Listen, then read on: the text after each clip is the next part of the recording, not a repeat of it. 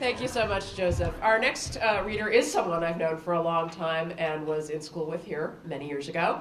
My friend Andy Douglas is up next.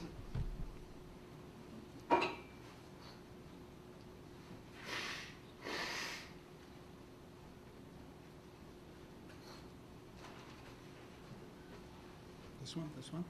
Either one. Hi, good afternoon. Thanks to Laura and the Coralville Public Library for putting together this event. I'm here to read a very short excerpt from a memoir that came out last year in February called The Curve of the World into the Spiritual Heart of Yoga. It chronicles a period in my life when I lived in Asia for about 7 years on sort of a spiritual quest. And part of that time, I became a monk in a yoga tradition. So there's a lot of travel in the book. There's a lot of cultural and political reflection on the places that I'm visiting, and hopefully there are some spiritual lessons to be gleaned as well.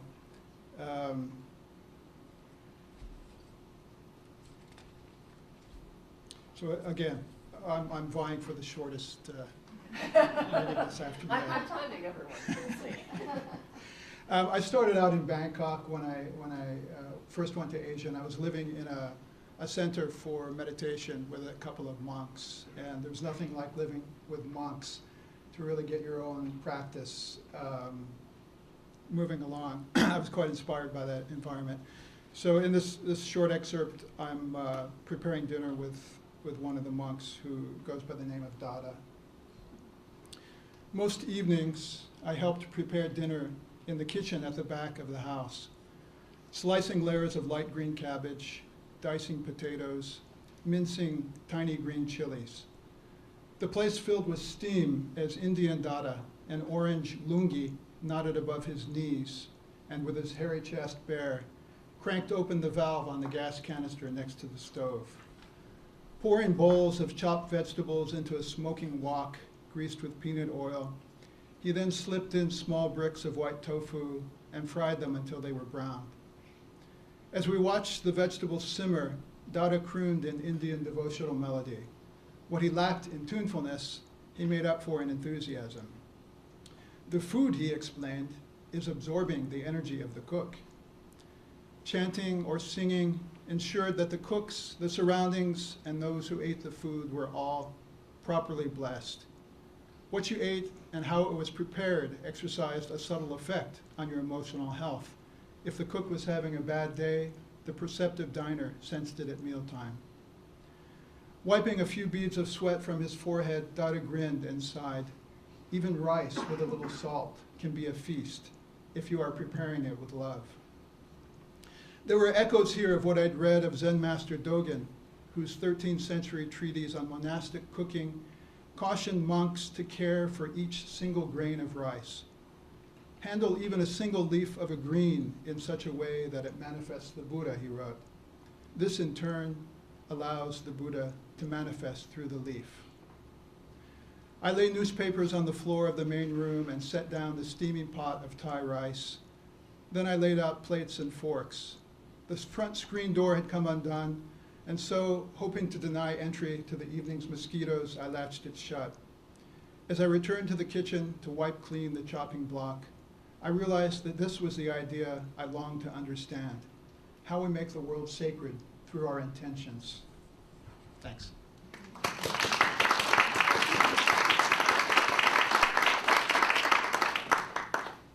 At 3 minutes and 41 seconds, Andy may be hard to beat. But I'm sure that our next guest is gonna put it to him. This is Nicholas Johnson, who is either famous for having been an FCC commissioner or for having been on the Iowa City School Board. Take your pick. But he's here to share a little bit with us. Thank you. Thank you, Laura. Let's give Laura a hand in this far through thing. A lot of work putting something like this together, and I'm very pleased to be here. The only disappointment is that I was hoping today to get Joe's signature on my petition urging the Washington football team to change its name. And so I now fear that's probably not going to be possible. I brought a number of my books today, but not all of them. My first two, How to Talk Back to Your Television Set and Test Pattern for Living, were first published in the 70s by real publishers, Little Brown, Bantam, probably in all editions sold something like 200,000 copies. But they're now out of print, even though I think the content is still, if anything, even more applicable today. And so I've reissued them through Lulu, and this is what they look like. And they are here. I have a blog, as some of you know, with now over more than 1,000 entries called From DC to Iowa. And I took all of those from one year, 2012, and that's a book. I took those from the presidential campaign in 2008, and that's in a book called Are We There Yet? I've taken some of the writing since How to Talk Back to Your Television Set, and that's in a book called Your Second Priority, meaning whatever is your first priority, women's rights or Save the Whales, your second priority, or those of Joe's, your second priority is got to be media reform, because otherwise you just don't have a prayer of any kind of progress. And there are a couple books that I put my students writing in to try to give them a little step up the ladder as they leave law school. But I'm going to talk today about what do you mean and how do you know, which is a sampling of writing from my father and myself about general semantics that was created for an undergraduate first-year seminar that I was asked to teach. Especially for those of us in the words business, an understanding of general semantics is somewhere between very useful and absolutely essential in my view, and this is what that book looks like. Just out of curiosity, show of hands, how many of you have read any general semantics literature? All right. Oh, there are two or three. Okay, there was a time in my youth when this was the hottest subject in the country. There were study groups everywhere, lots of books written, and so forth. The principles are also more needed today than they were then. So I thought it was useful for the students, and they seem to think so as well.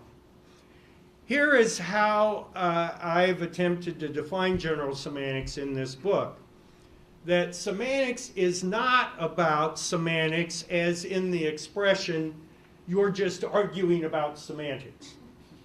It's not about defining words or their historical etymology or cognates. It deals with language as human behavior.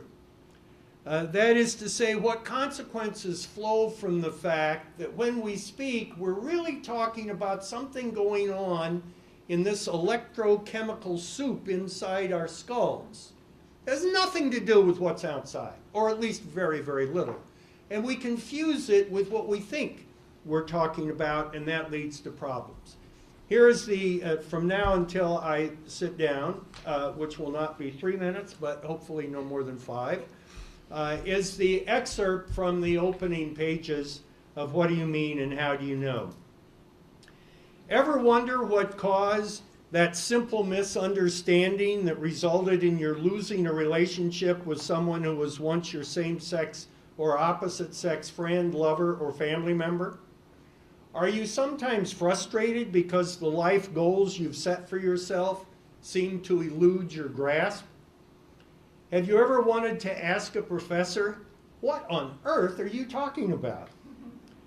Listening to an angry talk show host, do you wonder where he gets his facts, if any? Do you sometimes have arguments over propositions that can't actually be proven one way or the other?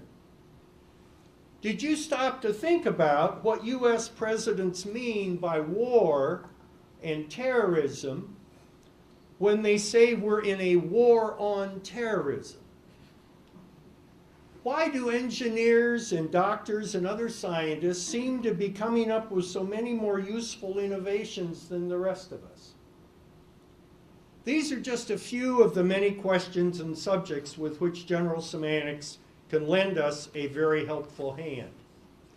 As my father once put it, humankind, our species, is the only species that's able to talk itself into difficulties that would not otherwise exist. And yet, for the most part, we are no more conscious of the language through which we swim than fish are conscious of the waters through which they swim. General semantics borrows heavily from the language and process of science. How do scientific researchers use language, and why, and with what effect? What can we learn from them about our own use of language in daily life? Is general semantics an all-purpose cure-all for everything from baldness to ingrown toenails? No. If you break your leg during a ski trip, general semantics won't mend it. On the other hand, if someone, as we say, broke your heart during that ski holiday, general semantics might be of some help in either reestablishing the relationship or mending your broken heart. General semantics can help you with a great many aspects of everyday living. Your relationships with family members and friends, setting and achieving reasonable and attainable goals, getting the most from your education, improving your understanding as a citizen of public policy issues, your effectiveness in the workplace, in other words, your life. We all have our ups and downs, our good days and our bad days. And just because you're depressed doesn't mean you don't have real problems. However, to the extent we are talking ourselves into depression that would not otherwise exist, general semantics may offer us ways of talking ourselves back out again. Reading and then asking yourself and others, what do you mean? And how do you know? Can help. Thank you.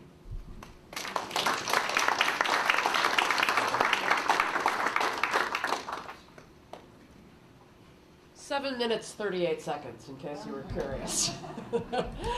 Our next writer came to my attention, I believe, via a purchase suggestion that I got at the library.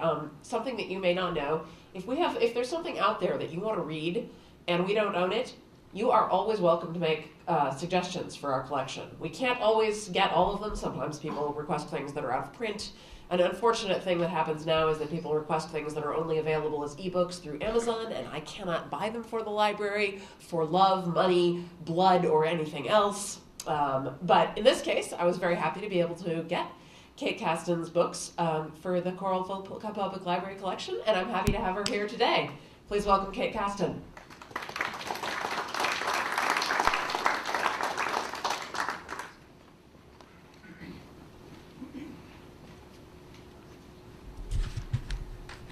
Well, I really am so happy to be here. This is a wonderful event, especially for a self-published writer. I have three novels and one book of fairy tales for adults, and I've got them all here today. But I'm going to read from the most current novel, and this novel is called Better Days, and it is about an Iowa farm couple named Helen and Cal Earlywine, who are in their 70s. And in the part that I'm going to read, Helen and Cal are at a meeting called by a formidable person in their community. Her name is Nancy Bannister, and she is the local town booster. Nancy is one of those people, you may know someone like this, who, when they get an idea for a project, it is going to happen. It does not matter how many people are against it, it's happening. You do not prevail against a Nancy Bannister. And Cal Earlywine, one of the protagonists, can't stand her. Nancy's latest project is that she's decided that to bring prosperity to their area, the town should build a corn maze park on a local farmland. And she has her heart set on the perfect location, which is a 23-acre field owned by Cal and Helen early one. Now, this just happens to be the field where their beloved son Tom died 26 years before. So it is, in other words, hallowed ground. But this little detail is not going to deter Nancy from getting her mitts on this piece of land. So I'm going to read from the part where she has called a meeting of Cal and Helen and Garland Spong, who is a local banker who, on principle, disagrees with anything anybody says. And also the mayor, George Massey, who tends to sort of meander off the topic. So Nancy has brought these people together for a meeting to discuss her great idea of a corn maze.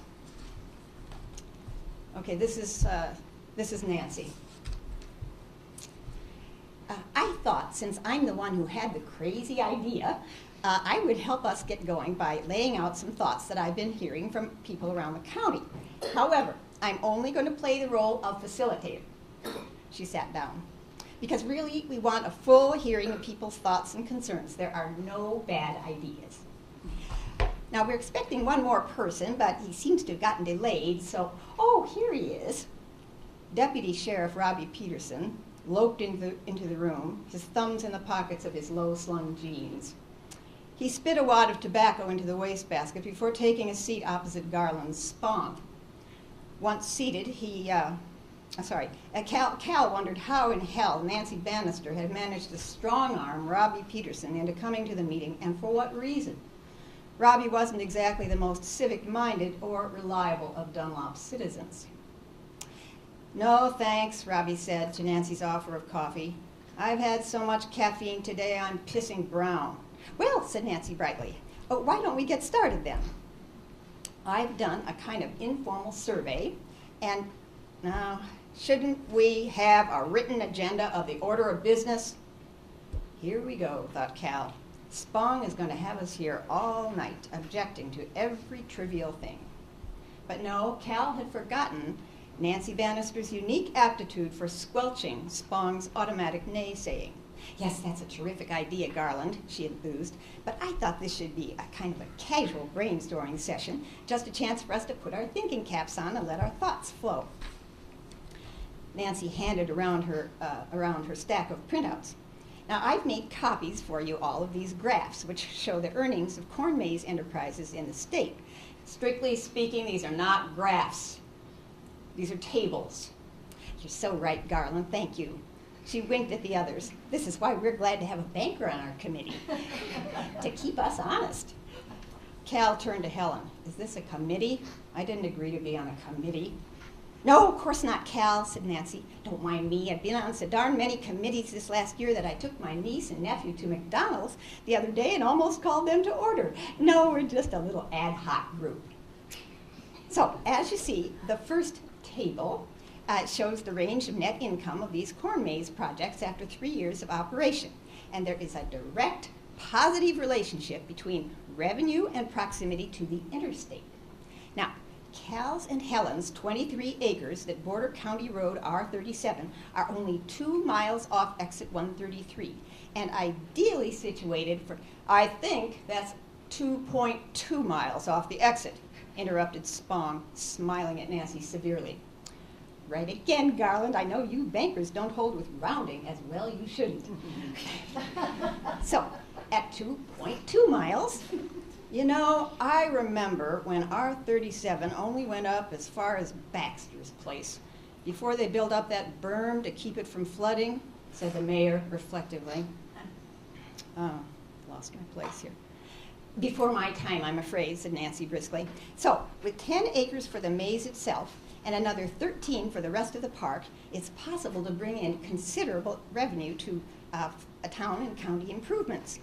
To say nothing of the volunteer and summer job opportunities for our senior citizens and young people."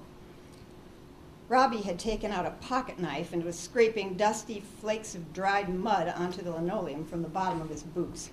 "Robbie, do you want to say a few words about your idea for the young people?" Robbie put his knife down. Give them jobs, selling stuff at the concession stands. hauling out the customers that get lost or get heat stroke. Oh, now I don't think there'd be any problems with heat stroke, broke in Nancy. One of the concessions we thought of was to sell broad-brimmed straw hats with a Dunlop Labyrinth logo on them. Garland Spong set his cup down hard on the table. People aren't going to know what a labyrinth is. It sounds like some kind of highway construction detour. I remember studying about the Minotaur in high school, reminisced the mayor. Maybe we could put a Minotaur in it. A Minotaur is a mythical animal, George, said Cal. No, I mean something out of paper mache, or I guess that wouldn't hold up in the rain, would it? But maybe someone could slap it together out of scrap metal, or... Now, I think that we could have a Name the Maze fundraiser. I thought of the Amazing Maze Maze as a name for it. Cal, she said, that word maize is a Spanish word for corn, spelled M-A-I-Z. Helen said, the Spanish word isn't pronounced with a long A, Nancy. It has 2 syllables, maíz. Oh, really? Nancy sounded put out. Cal smiled. Helen hadn't been a school teacher for nothing. Well, said Nancy, we're just brainstorming here, and remember there are no bad ideas when you brainstorm. Anyway, the first question is still where to put the maze. Liability could be prohibitive. I'm so glad you brought that up, Garland. If you'll turn over the second sheet, you'll see that the profit margin is still well above costs, including insurance and infrastructure. Infrastructure, thought Cal. Where the hell does she think she is? Afghanistan? That's it.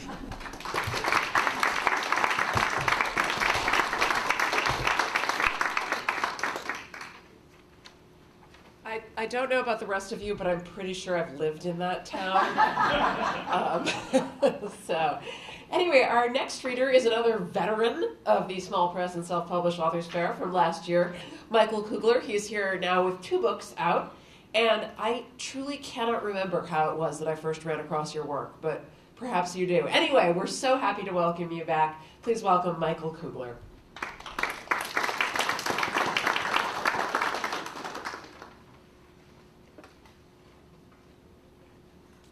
She ran across my work because I came and begged her to put it in the library. Oh, that's good. That's good. So it's all about presence. When people do that, you got to promote yourself. You know? That's right. So no, after I'd gotten it published, I'd come to her and talked about putting it in the library, and we talked a lot about doing the Amazon thing as well, which she apparently still doesn't have up and running. So someday. So no, my name is Mike Koogler. I actually have 3 books out, 2 collaborations. With a couple of other wonderful co-authors, one of whom is a history professor at Kirkwood Community College, another one who is a pediatric orthopedic surgeon in Aurora, Colorado. We put it together. It took us 10 years to write the first one. Once we found a publisher, it took us 10 months to write the second one. So we're currently working on the third one, but kind of in the same vein, we're doing our own projects as well. One of those projects, our publisher, Karen Matibe out of Dallas, Texas, Embedzi Publishing, had the idea last fall to just put some horror stories together, some paranormal, just really warped stuff from the authors that she has in her stable. And she put out the call to come up with these short stories. And I don't write short. Hade's Gambit is the first one, and it rings in at about 250,000 words. Rise of Cain is a little shorter by about 100 pages, so it's still about 200,000 words. When I asked her how long she wanted these stories, 3,000 to 5,000. Right. That's a title for me. So it was a challenge. So I started putting it together, and I'm really big on character development. I love developing characters. I'll write characters before I even get into what I want the book to be. I'll just create sketches, and I do a lot of people watching. And I was at Icon last November, and I saw a bunch of people just walking around in their cosplay outfits, and I'm sitting there while I'm trying to sell books, and I'm also making, or doing character sketches as well. What makes this person tick? So I like to delve into these people. And there's no perfect character out there. There's no perfectly good character. There's no perfectly bad character. Everybody has a mix. So what I did in this is I've got 2 stories in this this compilation is called Sadistic Shorts, Tales from the Devil's Drawers. And we have a guy with underwear on it that is vaguely satanic. So yeah, when we put this together, we really put it together on a lark. We didn't expect to do anything with it. It was fun. It was a good time. And it came out last Halloween, and really just, a few people bought it here and there. And then Karen contacts us a couple of weeks ago, and she says, "You're never going to believe this." She said in the month of March, it sold over 200 copies. We'd done nothing to promote it. It moved up to number 27 on Kindle's list of short story horror stories, and as of this morning, it is at number 11. So I don't know who's buying it, but apparently we're screwed up enough that a lot of people really want to see what we had to say. So what I'm going to read out of is a little bit out of one of the ones I did. It's called Jigsaw, and in 9-10 pages, what I'm trying to convey is just really getting over the top with this particular character who's in high school and really is just having a rough time of it. But I like the supernatural. I like the horror aspect of it. So rather than go along the lines of today's real horrors, I try to take this to a different level. The solitary candle was the only light in the room, creating shadow demons that danced about the walls as the teenage boy set his treasure down upon the old card table. Pushing often taped black-rimmed glasses back along the bridge of his nose, he sat down heavily on the battered wooden bar stool that he had retrieved from his mother's kitchen. Looking at the lid of the box, he managed a crooked smile, and a chuckle that came from him was anything but humorous. It was time to begin. His given name was William Robert, but everybody usually just called him Billy Bob. Of course, that was only when they were being nice, which wasn't very often. In truth, it was one of the easier nicknames to take, although he still despised it. Most of the other taunts, Four Eyes, Needle Nose, Zit Face, and others that were worse, were much more difficult for his battered psyche to handle. It could be argued, however, that William Robert only had himself to blame. For William Robert transcended the standard look of the typical high school nerd.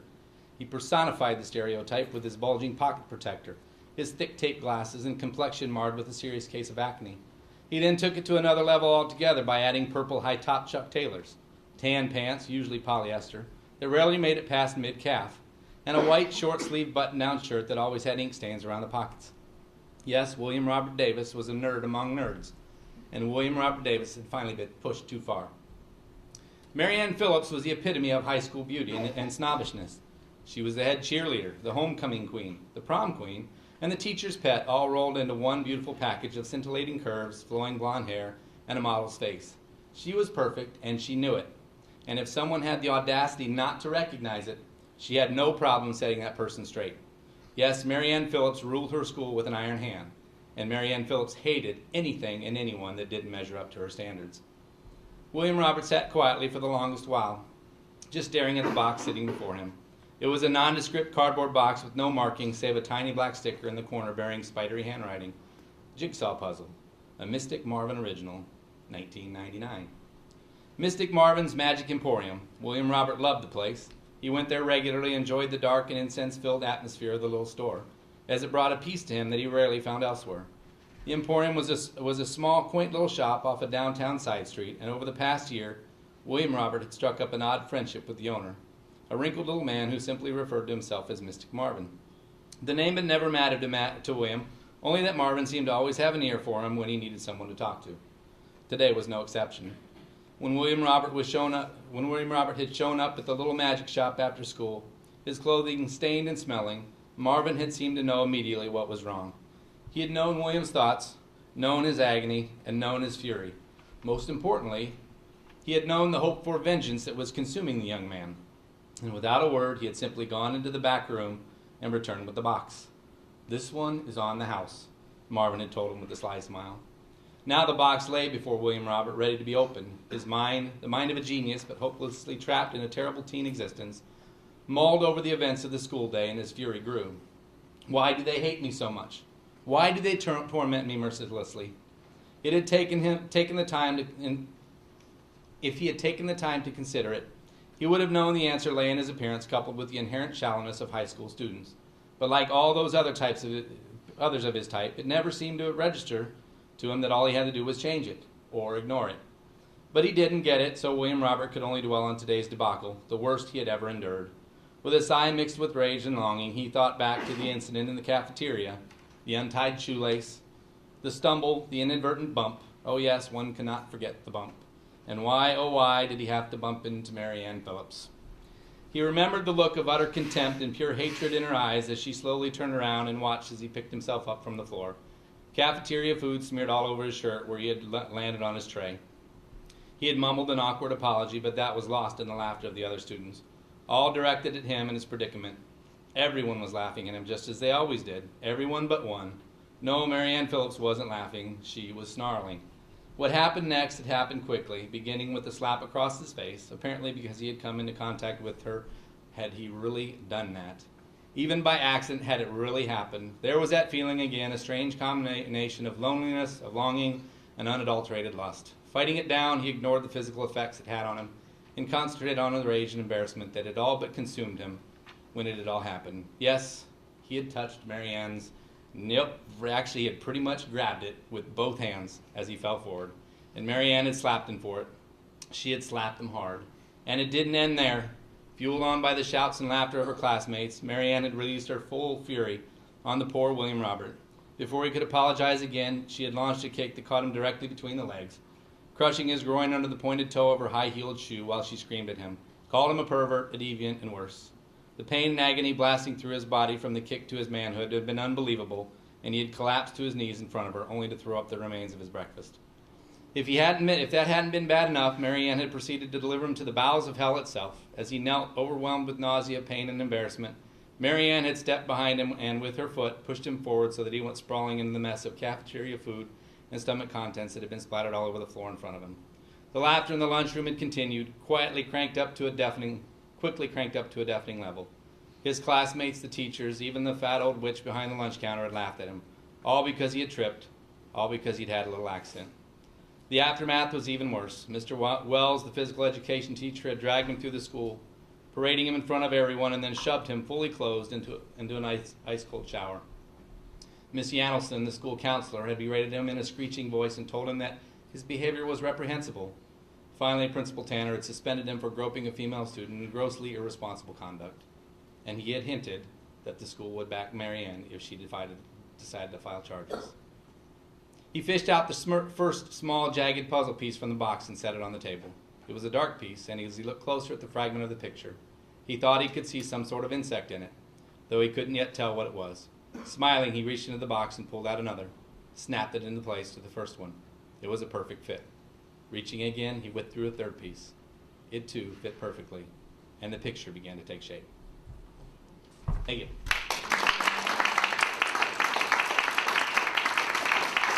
Thank you so much, Michael.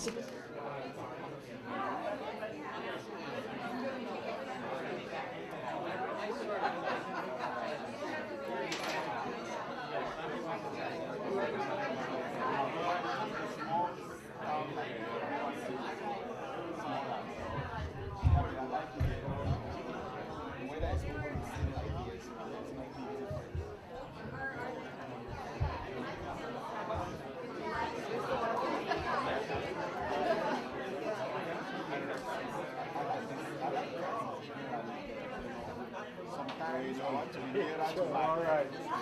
That was a great reading.